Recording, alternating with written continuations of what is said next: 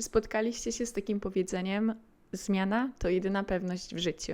Ostatnio ta myśl bardzo rezonuje ze mną, ponieważ mam wrażenie, że jestem w procesie zmian. Jeżeli chodzi o jakąś moją twórczość, ogólnie o siebie, o moje życie, moje wartości, mam wrażenie, że jestem trochę inną osobą niż parę miesięcy temu, niż rok temu, niż 2 lata temu. I czuję, że jestem bardziej taka osiedlona i oparta w sobie, że wiem, kim jestem, jeżeli chodzi o takie moje jakby wnętrze, czy jaką jestem istotą, osobą, jeżeli chodzi o moją świadomość, ale cały czas się to zmienia i nie mam takich momentów, gdzie mam takie: o, ogarnęłam, wiem, o co chodzi w tym życiu, bo nagle przychodzi kolejna zmiana, kolejne nowości, kolejne lekcje i cały czas mam wrażenie, że się zmieniam i w ostatnim czasie potrafię tak odczuć, że bardzo się zmieniłam, że mam wrażenie, że dojrzałam, czy jakby coś takiego w środku i w taki sposób, jaki ja się traktuję i jak myślę też o sobie, o swojej tożsamości i o sobie, ale nie o moich akcjach, nie to, co definiuje mnie z zewnątrz, jak ludzie mnie postrzegają, tylko co tam się kryje w środku mnie. Jakby potrafię to całkowicie rozróżnić od tego, co jest na zewnątrz i potrafię się tak obserwować i dialogować z różnymi emocjami, z lękami. I chciałabym dzisiaj właśnie opowiedzieć o tym. Hej, z tej strony Sara. Chciałabym właśnie tak rozłożyć, czy jakby zanalizować to zdanie i co dla mnie oznacza właśnie zmiana i że jest to taka jedyna pewność w życiu. Nieważne, co się będzie działo, nieważne ogólnie całe nasze życie, wszystko się zawsze będzie zmieniało. I jak dojść do takiej akceptacji tego i jak wykorzystać, czy być świadomym tego, żeby te zmiany prowadziły nas do bardziej satysfakcjonującego życia i do życia w zgodzie z sobą, a nie żebyśmy się zmieniali pod wpływem trendów, co myślimy, że inne osoby chcą od nas, jaki mają pomysł na nas, żeby spełniać jakąś funkcję, jakąś rolę, tylko żebyśmy popatrzyli tak w głąb siebie i żeby te zmiany wychodziły z miejsca takiego bardzo osadzonego w nas, i w naszej prawdzie. Będziemy jakoś sięgać tak głęboko do środka i przeanalizowałam bardzo ten proces i tak, konsumuje on mnie dosyć.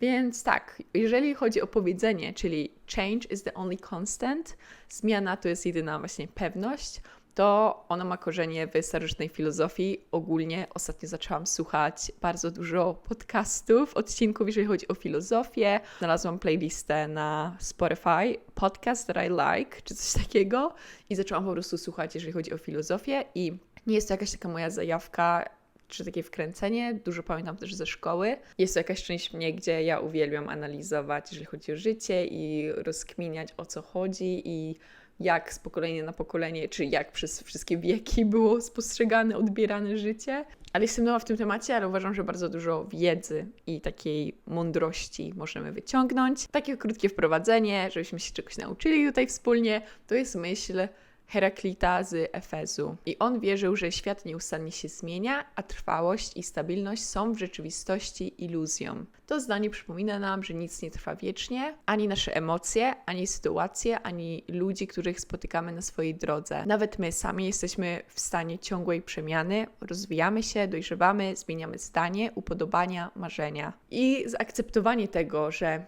zmiana jest takim czymś stałym w naszym życiu, może przynieść nam dużo ulgi i takiego, że okej, dobra, I'm not going insane, nic nie jest ze mną nie tak, jeżeli zmieniam swoje zdanie, moje marzenia się zmieniają, bo wydaje mi się, że zwłaszcza jak ja byłam młodsza, to dałam sobie taki obraz, jak powinno wyglądać moje życie, mój świat, wiecie, wszystkie moje marzenia, sukcesy i tak dalej, co muszę mieć, jak muszę wyglądać, jak się muszę czuć, żeby być szczęśliwa. I później, jeżeli coś się zmieniało, to ja bardzo nie radziłam sobie z tym, nie chciałam żadnych zmian. Miałam takie, że nie, jak to się skądś pojawiło i ten obraz, to trzeba być tego pewnym i trzymać się tego, pomimo, że to może już nie działać, może już z tym nie rezonujemy. I takie odpuszczenie, że po pierwsze musimy definiować, a po drugie musimy to spełniać i nie możemy zmieniać zdania, to powoduje nam, że możemy się zamknąć w takim pudełku. Więc mi takie odejście od tego i że mogę się zmieniać, może zmieniać mi się moje zdanie, mogą mi się zmieniać moje wartości, moje cele, marzenia, to jest okej. Jeżeli ja jestem z tym okej, jeżeli ja czuję, że to rezonuje ze mną i płynie właśnie z takiego mojego wnętrza. I gdy też tak przestaniemy kurczowo trzymać się takiej naszej wizji czy wyobrażeń o stałości, to łatwiej nam poradzić sobie z jakąś utratą, z niepowodzeniem i też możemy to docenić, że te wszystkie nasze takie momenty jakiegoś zagubienia albo podążania w nie tą stronę, możemy też docenić i że to jest część tej naszej drogi i że każdy moment jest niepowtarzalny i każdy moment jest warty przeżycia. I te dobre, i te złe. Bez tego złego nie docenialibyśmy tego, co jest dobre. I zmiany to nie jest nasz wróg. Nie warto tego oceniać. Ja kiedyś sobie łączyłam bardzo zmianę z utratą czegoś i bałam się tych zmian, bo bałam się, że coś stracę i będę żałowała i później nie będę miała tego odzyskać, że nie będzie to już tak jak kiedyś i brało się do takiego dużego, lękowego punktu, a teraz widzę zmianę jako przestrzeń na nowe. Możemy doświadczać nowych rzeczy, możemy rosnąć, możemy się rozwijać i rozwój to nie jest tylko przeżywanie tego dobrego, ale też tego złego, bo tak naprawdę jak ja patrzę, nie wiem, na moje jakieś doświadczenia, przeprowadzki i tak dalej, i jakieś rzeczy, wiecie, takie rodzinne i na terapii, to myślę, że mam jakieś doświadczenie, jeżeli chodzi o przechodzenie przez bardzo trudne rzeczy, ale to jest, wtedy właśnie najbardziej się rozwijałam, jak tak patrzę, jak przechodziłam przez te trudne rzeczy, to mnie bardzo popychało, a przez te dobre nie widzę aż tam tak dużego rozwoju, wiecie, jak się, nie wiem, z czegoś cieszyłam czy coś, to okej, są te uczucia, jest to fajne wspomnienie, ale najwięcej satysfakcji płynie z tego, jak przejdę przez coś bardzo trudnego. I wtedy widzę tą taką swoją siłę i jak mogę polegać na sobie. I zmiany tak naprawdę prowadzą nas do tego, żebyśmy żyli według własnych zasad, bo najczęściej zmiany wychodzą z takiego punktu, że nie podoba nam się coś albo nie rezonujemy już z czymś, potrzebujemy czegoś, żeby inaczej się czuć albo być w innym stanie, bo na przykład zmiana u mnie często pochodzi z takiego miejsca, że ja nie jestem zadowolona i czuję, że coś jest nie tak, czuję, że cierpię jakoś, bo boję się na przykład zrobić tej zmiany, ale jak to zauważę i widzę, że ta zmiana jest potrzebna, żeby przejść przez to, to później znowu wracam do takiej autentyczności, że znowu wracam do robienia rzeczy z takiego punktu, że ja to naprawdę chcę, a nie muszę, czy powinnam robić, bo trzeba się utrzymać w tym obrazku. Patrząc tak do tyłu, jeżeli chodzi o moje młode życie, ponieważ mam 23 lata, pozwolenie sobie na zmianę to był najlepszy prezent, jaki mogłam sobie kiedykolwiek dać. Jak myślę o tym zdaniu, to przypomina mi się Sara w liceum, która była trochę zagubiona, bardzo zaniedbana. Nie wiedziała, co się dzieje w środku, ale miała to takie marzenie, czy miała taką silną zajawkę i taką chęć do robienia, do tworzenia. Gdy zauważyłam to i to cierpienie było takie, wiecie, wzmożone, że ja chciałam coś robić, ale bałam się przed tą zmianą, bałam się, że stracę coś, że postawię krok w kierunku, wiecie, tworzenia na YouTubie, wszystkie osoby prawdopodobnie się dowiedzą, bo wiecie, tak to działa po prostu, zwłaszcza jak kanał się nazywa Sara Cwalina, to wiedziałam, że coś stracę i bałam się, jakby to było takie ryzyko, że wiecie, jak mi się nie uda, to wtedy te wszystkie osoby będą wiedziały, wtedy bardzo myślałam o tym, co inne osoby o mnie myślą i było to niesamowite, że miałam tą taką jakby pewność wtedy, że ja zaryzykowałam i ja zmieniłam siebie o 180 stopni z takiej osoby, która bardzo myśli, przyjmuje, konsumują ją myśli, co właśnie inne osoby pomyślą, i zmieniając się w tą osobę, że boję się, ale i tak robię te rzeczy, ponieważ czuję, że muszę je robić, bo była tam taka silna jakby wiara w to, że to wyjdzie i że to jest jakby moje powołanie, czy jakby moja droga. I ta zmiana wtedy, w tym liceum, gdzie ja zmieniłam się w tą osobę, którą chciałam zawsze się stać, czyli chciałam być twórcą internetowym, to był najlepszy prezent, jaki mogłam sobie dać właśnie, że ja odważyłam się, zmieniłam swoje życie o 180 stopni, nie byłabym teraz, nie mieszkałabym w Los Angeles, nie spełniałabym jakichś marzeń, nie doświadczyłabym tych wszystkich rzeczy, prawdopodobnie nie wiem, czy bym poszła kiedykolwiek na terapię, gdyby nie,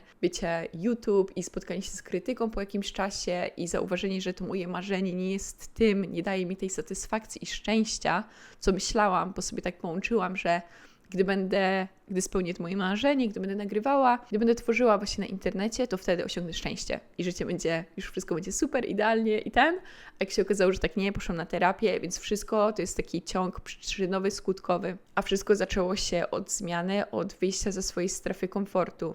Definiowanie siebie przynosi nam poczucie kontroli. Gdy definiujemy się w jakiś sposób, to tworzy się nam nasza tożsamość, która łączy się z naszym stylem życia. Na przykład jeżeli chodzi o pracę, relacje, stan emocjonalny, styl nawet ubierania się, samo postrzeganie siebie i kulturę, że możemy określić się na przykład przez relacje, że jestem osobą, która nie potrafi tworzyć relacji, nie potrafi być w relacji. Jeżeli żyjemy z taką narracją i stworzy się nam tożsamość z tego, to my będziemy żyli pod wpływem tego, że będziemy podchodzić zawsze do relacji z tym takim silnym wierzeniem, że my nie potrafimy zbudować relacji, nie potrafimy być w relacji na dłużej.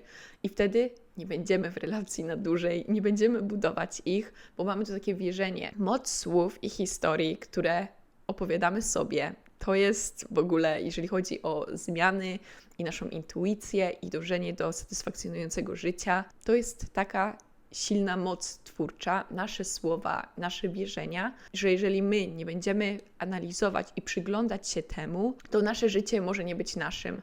Możemy żyć według starych programów, według tego, co nam kultura mówi, jakie są presje, standardy nałożone na nas i nasze życie nie będzie naszym.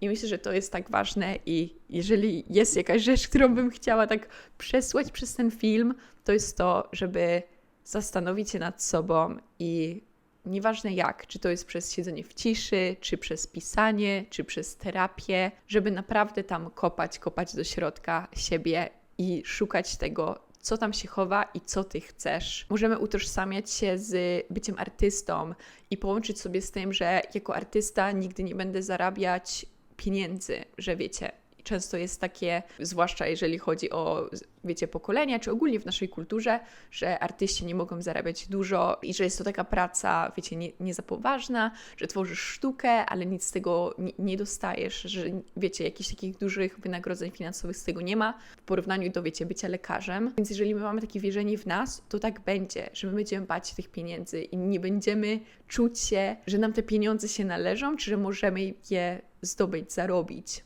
Możemy zamknąć się w takim pudełku, jacy my powinniśmy być, czy jacy my jesteśmy według tego, co nam mówili rodzice, co nam mówiło społeczeństwo, nauczyciele w szkole, nasze stopnie, wszystkie rzeczy z zewnątrz, jakieś komentarze od rówieśników, komentarze na internecie i przez to możemy stworzyć sobie idealną wersję nas i dążyć do tego, żeby na przykład uzyskać kontrolę nad życiem, osiągnąć sukces albo szczęście, miłość do siebie, od innych.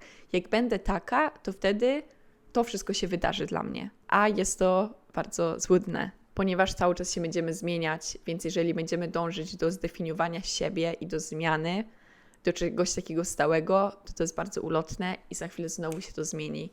I gdy chcemy się tak definiować ściśle, kim chcemy być, jacy chcemy być i nie będzie tam tego luzu właśnie na zmianę, to może prowadzić do właśnie zaniku tej takiej naszej autentyczności. I to, co jest ważne, to jest właśnie zmiana narracji i to, w jaki sposób mówimy do siebie. Przez pisanie najłatwiej jest zobaczyć, jak my myślimy o sobie i jakiego mamy krytyka w głowie.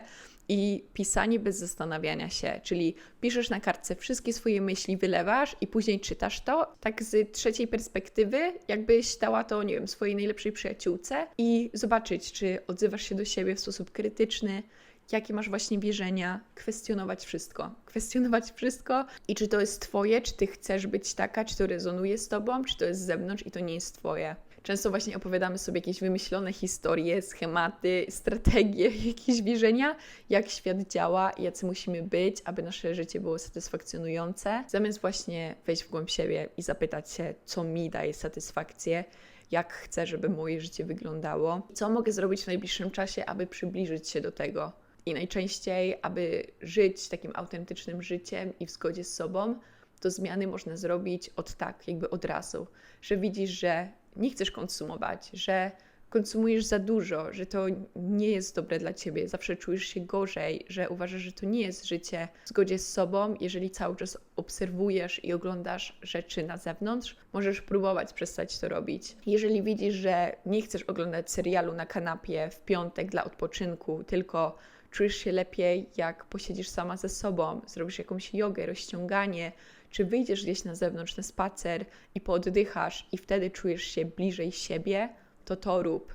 Nie musimy robić rzeczy, które inne osoby robią, czy na przykład są różne formy odpoczynku i nie musisz robić czegoś, czy konsumować tych rzeczy, których wszyscy konsumują. Nie musisz lubić muzyki, którą lubi każdy, ale też to nie jest nic złego lubić muzykę, którą lubi każdy. Jakby słuchaj siebie i słuchaj tego, co ty robisz, ponieważ może lubisz oglądać filmy, lubisz w piątek siedzieć, oglądać jakiś, nie wiem, jakiś serial i to jest też okej.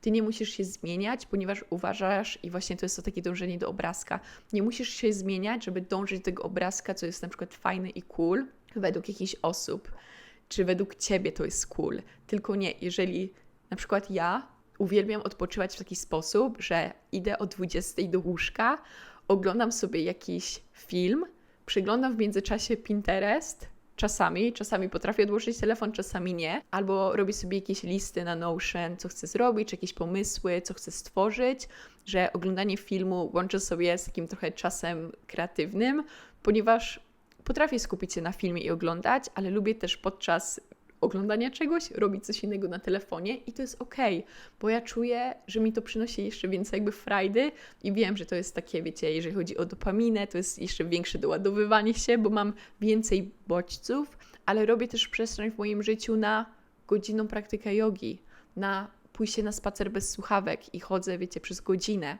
Oddychanie, bycie ze sobą. Ostatnio, nie wiem, zaczęłam chodzić na jakąś saunę, steam room, że wiecie, mam też taki czas dla siebie, na pisanie, na czytanie książek, że jest ten taki balans i o to chodzi, że mam też taki dopaminowy detoks, niedzielę bez telefonu. Kiedyś na przykład bardzo tak uciekałam od tego, że miałam takie, chcę być inna, nie chcę tak jak inne osoby siedzieć na kanapie i oglądać, nie wiem, film, bo nie chcę tego, uważam, że to jest, wiecie, konsumowanie bezmyślne i tak dalej i byłam bardzo taka sprzeczna z tym, a teraz widzę, że to mi sprawia przyjemność i to też jest okej, żeby konsumować, fajnie jest mieć jakby świadomość, ale żeby tak tego nie demonizować i nie zabraniać sobie, czy robić coś, bo myślisz, że tak powinnaś robić, bo zawsze trzeba wrócić do tego, co ja czuję i fajnie jest to, wiecie, kwestionować i na przykład jak czujesz, że nie chcesz konsumować, to nie odchodzić od tego kompletnie, ale wprowadzić jakieś alternatywy, jakieś zmiany i może później po jakichś zmianach na przykład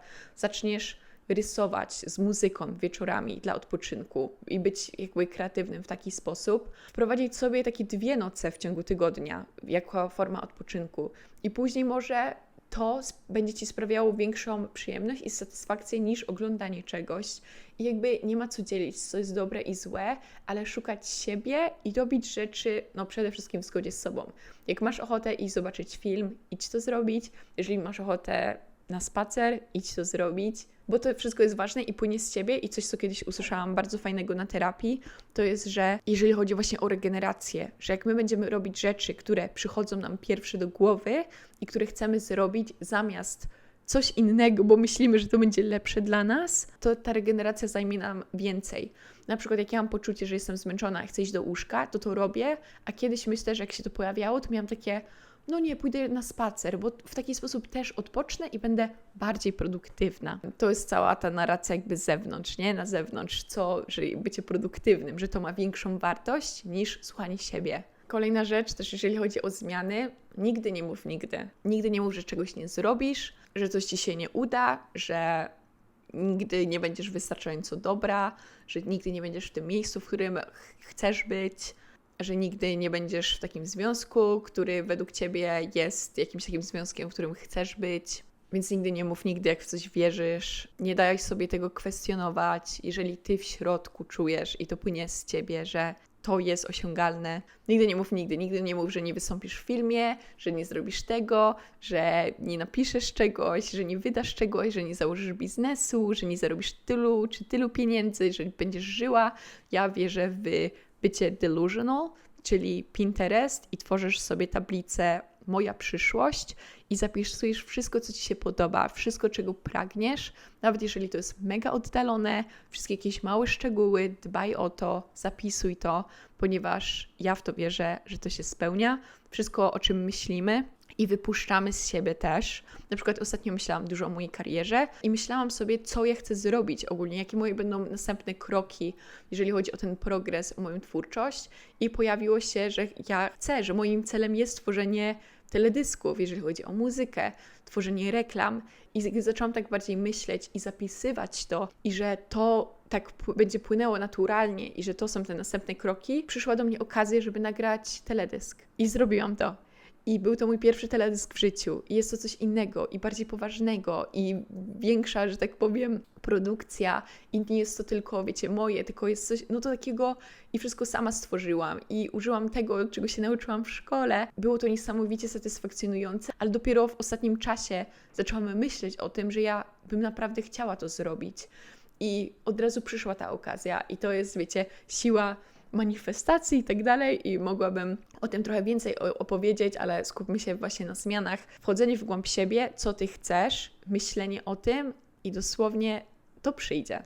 To przyjdzie prędzej czy później, to jest trochę magia, ale jak ja tylko myślę, że na przykład myślę o jakiejś relacji albo myślę właśnie co ja bym chciała, ale jestem w takim miejscu pełności, że ja wszystko mam i jest okej, tak jak jest, ale fajnie by było, ani że ja to potrzebuję, żeby być a żeby być szczęśliwa, usatysfakcjonowana, wtedy to nie przychodzi. Następnie przy zmianach warto słuchać się właśnie tej narracji, tego głosu, czy pojawia się, że ja powinnam to zrobić, czy ja chcę to zrobić. Bo wydaje mi się, że często możemy robić jakieś rzeczy, bo myślimy, że powinniśmy. Powinnam to teraz zrobić, jakby miałoby to sens. Jak zrobię to, to nie zawiodę. Powinnam iść na kolejne studia i powinnam pracować tutaj. I powinnam przeprowadzić się do tego miejsca, czy powinnam zostać w domu, żeby zaoszczędzić. Powinnam zrobić to tak by wypadało, tak będzie lepiej, bezpieczniej, lepiej nie ryzykować. Powinnam zrobić to, żeby później nie żałować. Nie.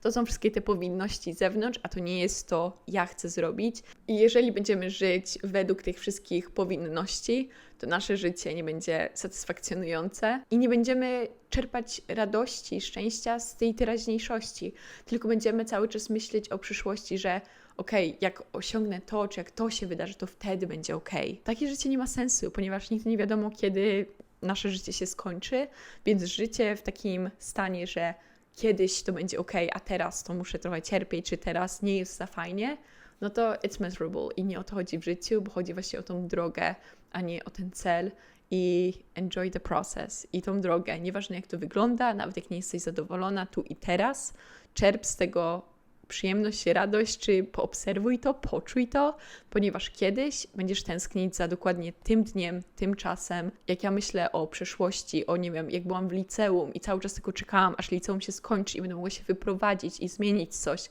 A teraz tęsknię za liceum, tęsknię za tym czasem i chciałabym wrócić do tamtego czasu i być w tej takiej obecności i czerpać z tego radość i że to się skończy kiedyś i ja wyprowadzę się i być bardziej obecna w tamtym czasie, a nie cały czas tak myśleć, że chcę, żeby ta szkoła się skończyła, chcę, żeby były wakacje, ponieważ ja bardzo tęsknię za dzieciństwem, jest dużo nostalgii za, wiecie, nastoletnim czasem, za tym, jak mieszkałam w Warszawie, tęsknię za sobą, nie wiem, sprzed 2 lat, może sprzed roku nie, bo wydaje mi się, że przechodziłam przez najtrudniejsze rzeczy wtedy, tęsknię za tym, jak zaczynałam nagrywać filmy na YouTubie i ta moja pasja i zajawka i ja po prostu tworzyłam i byłam jak maszyna normalnie, ja tworzyłam film za filmem i to mi dawało tyle satysfakcji i tęsknię za tymi wszystkimi moimi erami i nawet jak nie byłam zbytnio świadoma siebie i trochę zagubiona i dążyłam za czymś i byłam ja jestem dumna z tych wszystkich moich poprzednich wersji, ponieważ gdyby nie one, nie byłabym tutaj i nie oceniam siebie z tamtego czasu, ponieważ wiem, że radziłam sobie wtedy tak jak umiałam, z taką wiedzą, jaką miałam i myślę, że zawsze dawałam sobie jakąś radę, a nawet jak nie, to się uczyłam i wiecie, rozwijałam cały czas. Tęsknię też za tą wersją siebie, która miała trochę takie życie bez tej takiej świadomości siebie, uczuć, że na przykład ja nie czułam rzeczy, tęsknię za sobą w tym procesie terapii, jak tak odmrażałam się i takie wszystko było, wiecie, wow, i jak ja mogłam nie wiedzieć i to się wydarzyło i dlatego jestem taka, jaka jestem. Jak zaczęłam mieć więcej, wiecie, wyrozumiałości, miłości do siebie i tak robiłam wszystkie rzeczy z takiego miejsca dłużej, myślałam o przyjemności swojej i tak cieszyłam się bardzo życiem. Pamiętam, że w Warszawie jak mieszkałam, to naprawdę miałam taki okres takiego olśnienia i takiej ogromnej miłości do siebie i chodziłam na spacery i siedziałam i czytałam książkę na przykład Droga Artysty i ona mi też tak dużo dała i byłam taka zakochana w życiu i zabieram się na lody wieczorem i gotowałam sobie w domu i oglądam Sex and the City i jakby tęsknię za tymi wszystkimi moimi erami i Co chcę jakby powiedzieć przez to, że ja też będę tęskniła za tym czasem teraz, w którym jestem. Naprawdę poświęcam uwagę, czy jakby przez pisanie, żeby cieszyć się tym, jak jest teraz, bo to też się zmieni. I rozmawiałam też o tym z znajomymi, że często właśnie myślimy o tej kolejnej rzeczy, kolejnej. Tworzymy jakiś duży projekt, czy pracujemy gdzieś i myślimy, co chcemy zrobić dalej i dalej i dalej. I jest to też takie konsumowanie, nawet jak, nie wiem, oglądasz serial, czy jakiś film, że okej, zobaczyłam ten film, ale co dalej? Jaki następny film zobaczę? Jaki następny film zaraz wyjdzie do kina, na który mogę pójść? Tylko nie, zobacz ten film, zastanów się nad nim, i jakby ciesz się z tego dzieła, doceń to, że możesz to zobaczyć, to doświadczyć, że to wpłynęło na Ciebie, przyniosło więcej, wiecie, refleksji, jakoś Cię odmieniło, jaki miał wpływ na Ciebie. Zatrzymaj się w tym i później idź dalej i bardziej tak świadomie. I wiem, że to jest trudne i to jest proces, żeby, zwłaszcza w tym czasie, w którym jesteśmy, że jest cały czas konsumpcja, TikTok, jest filmik za filmik, jest tyle osób na internecie, social media, nasz telefon, wszystko jest stworzone pod to, żebyśmy jak najwięcej konsumowali, ale takie zatrzymanie się i taka większa obecność w tym życiu tyle daje. Jakby ja uważam, że to powoduje, jak jestem obecna, to mi przynosi największą satysfakcję i najbardziej się czuję taka, że o to chodzi w tym życiu, że tak powinno być. A jak oddalam się od tego, jak właśnie konsumuję, jak żyję w takim stresie i w tych wszystkich myślach, mam wrażenie, że czas ucieka 5 razy szybciej. Nie jestem obecna, nie mogę być taka, jaka chcę, żebym była na zewnątrz do innych, jak siebie traktuję i nie chcę być też zapamiętana, czy nie chcę popatrzeć w tył kiedyś i myśleć o sobie, że wow, ja przez całe moje życie to byłam zestresowana i cały czas pracowałam i czułam się zawsze niewystarczająco, że niewystarczająco dużo robię, tylko właśnie zwolnić i siebie docenić, tą swoją drogę. To jest tak ważne. Bo właśnie zawsze chodzi o tu i teraz i emocje to są nasze najlepsze nawigatory, że jak nie czujemy się dobrze z jakimś aspektem naszego życia albo ze sobą, to może to jest pora na zmianę i warto się zastanowić, czy zmieniamy się, bo ten bodziec płynie z wewnątrz czy z zewnątrz. Ponieważ na przykład jest nowy trend i chcemy się wpasować, żeby nie czuć się gorzej, bo sobie tak, wiecie, stawiamy, zwłaszcza gdy widzimy ludzi, którzy osiągają sukces, czy jakoś wyglądają, czy tworzą na social mediach, są celebrytami, to możemy to od razu sobie łączyć, że to oni są jacyś lepsi, czy mają jakby ich życie jest lepsze, wydaje się łatwiejsze i prostsze i będziemy chcieli się, wiecie, wpasować w ten obrazek i dążyć do tego samego, ale nigdy nie wiemy, co się tam kryje. I ja mogę powiedzieć z mojego doświadczenia, że ja myślałam, że tworzenie na internecie i bycie w jakimś sposób, wiecie, sławnym, zauważonym, zaspokoi mi te wszystkie potrzeby i te wszystkie zaniedbania i to takie da mi to taką miłość do siebie. No a nie, tak to nie było. Jakby to nie miało w ogóle wpływu na to, jak ja czułam się, czy jak ja myślałam o sobie. Dopiero praca na terapii pozwoliła mi to jakby wszystko wyleczyć, więc jeżeli my się nie czujemy dobrze ze sobą, to łatwo jest tak stwierdzić, że jak będziemy jakoś inaczej wyglądać, czy nasze życie będzie jakoś wyglądać, to wtedy będziemy szczęśliwi ze sobą, będziemy siebie kochać, ale no tak nie jest. Nie jest. Ta praca zawsze idzie w głąb nas. My musimy się zająć sobą. I tak jak wspominałam na samym początku, ja zmianę sobie utożsamiałam z stratą. Ja się bardzo bałam zmieniać, jeżeli chodzi o moją twórczość, o to, jak wyglądają moje filmy, jaką mam formułę, jakie filmy dodaję, o czym mówię, w jaki sposób właśnie edytuję. Jakby była jakaś taka blokada. Właśnie w ostatnim czasie czułam się wypalona, jeżeli chodzi o moją kreatywność. Dużo się lęku wobec tego jakby nazbierało, bo miałam takie, że no nie, to jest moja praca, to jest moje źródło dochodu, jak coś zmienię, pójdzie nie tak, stracę ludzi, stracę coś, co tak długo budowałam, ciężko i tak dalej. I łączyłam sobie to ze stratą, a później rozmawiając o tym na terapii, może coś stracę, ale mogę też tak dużo zyskać. Mogę uzyskać jakieś nowe okazje, właśnie szanse. Mogę zyskać nowych ludzi, którzy rezonują z tą wersją mnie. Mogę zyskać przez to nowe doświadczenia, będę bliżej siebie, będę bardziej usatysfakcjonowana z siebie, z swojej twórczości, kreatywności, ponieważ jeżeli robimy coś tak jak kiedyś, ponieważ się to sprawdzało, ale my już tego nie czujemy, to tylko my za to płacimy tak naprawdę i prędzej czy później skończymy to robić, bo będzie to trudne dla nas. I odkładając tylko to, będzie gorzej, gorzej i gorzej. I właśnie jak zaszła u mnie taka zmiana, że zmiany będą na lepsze, że zmiana nie wiem, jakichś osób, z którymi pracowałam, zmiana, jeżeli chodzi o moją twórczość, o to, jakie filmy dodaję, w jaki sposób tworzę, czym się dzielę, w jaki sposób się dzielę, może też wyjść na lepsze. I może nie każdy się z tym zgodzi, ale jeżeli ja czuję się w tym dobrze i to ze mną rezonuje i jestem dumna z tego, co ja tworzę, to jest taki silny motywator ogólnie do tworzenia i do bycia kreatywnym. I to jest to też, o co chodzi w sztuce i to, o czym mówią artyści, że ty tworzysz sztukę, czy ogólnie tworzysz życie dla siebie, nie dla innych, żeby innym się podobało, żeby inni czerpali z tego jakąś radość. Ty to robisz dla siebie, to rezonuje z ludźmi. Jak ty coś robisz z takiego miejsca, że tobie się to podoba, to inne osoby też będą mogli to konsumować z takiego punktu, że ty to jesteś ty i nie projektować na tobie, że oni by chcieli inaczej coś, bo ty jesteś taka pewna i autentyczna w tym, co wypuszczasz. I chciałabym na koniec porozmawiać o tym, jak ja tak spostrzegam te zmiany, że ja sobie tak to podzieliłam, że jest intuicja, intencja i zmiana. I w taki sposób dosłownie możemy tworzyć nasze piękne życie, satysfakcjonujące, że dla mnie zmiana to jest podróż w głąb siebie, że wszystko zaczyna się od intuicji, że intuicja mi podpowiada, że nie jestem zadowolona tak jak jest, że pora jest na zmianę, że coś już nie sprawdza się i konsumuje mnie to i przychodzą jakieś takie uczucia, takie właśnie wypalenie, że to już nie jest to już ze mną nie rezonuje, jest taki trochę konflikt wewnętrzny przed tym, jak wygląda twoje życie, a jak ty się czujesz w środku i kim jesteś. I później zaczyna się właśnie taki proces, żeby wejść w głąb siebie, czyli jakie są moje cele, jakie są moje wartości, kim ja jestem, jaka jest moja definicja szczęścia, jak chcę, żeby wyglądało moje życie, co ze mną rezonuje. I to tylko możemy się dowiedzieć przez bycie samym ze sobą, przez pisanie, przez tworzenie, przez próby i błędy, przez bycie w nudzie, przez robienie jakichś rzeczy, które spowodują, że będziesz dowiadywać się nowych rzeczy o sobie. Później kolejna część tego procesu, powiedzmy, tego cyklu, to są intencje, żeby nadać intencje na jakąś sferę swojego życia, czy na pracę, na swoją kreatywność, na to, jaką chcesz mieć relację, na to, jak chcesz, żeby wyglądało twoje życie, twój dzień, twoja rutyna, twój poranek, twój wieczór, co chcesz robić, co jest dla ciebie ważne, właśnie na bazie tego takiego dużego wglądu w siebie, że na przykład rano chcesz być w ciszy, chcesz być ze sobą i chcesz czuć się bardzo zżyta ze sobą.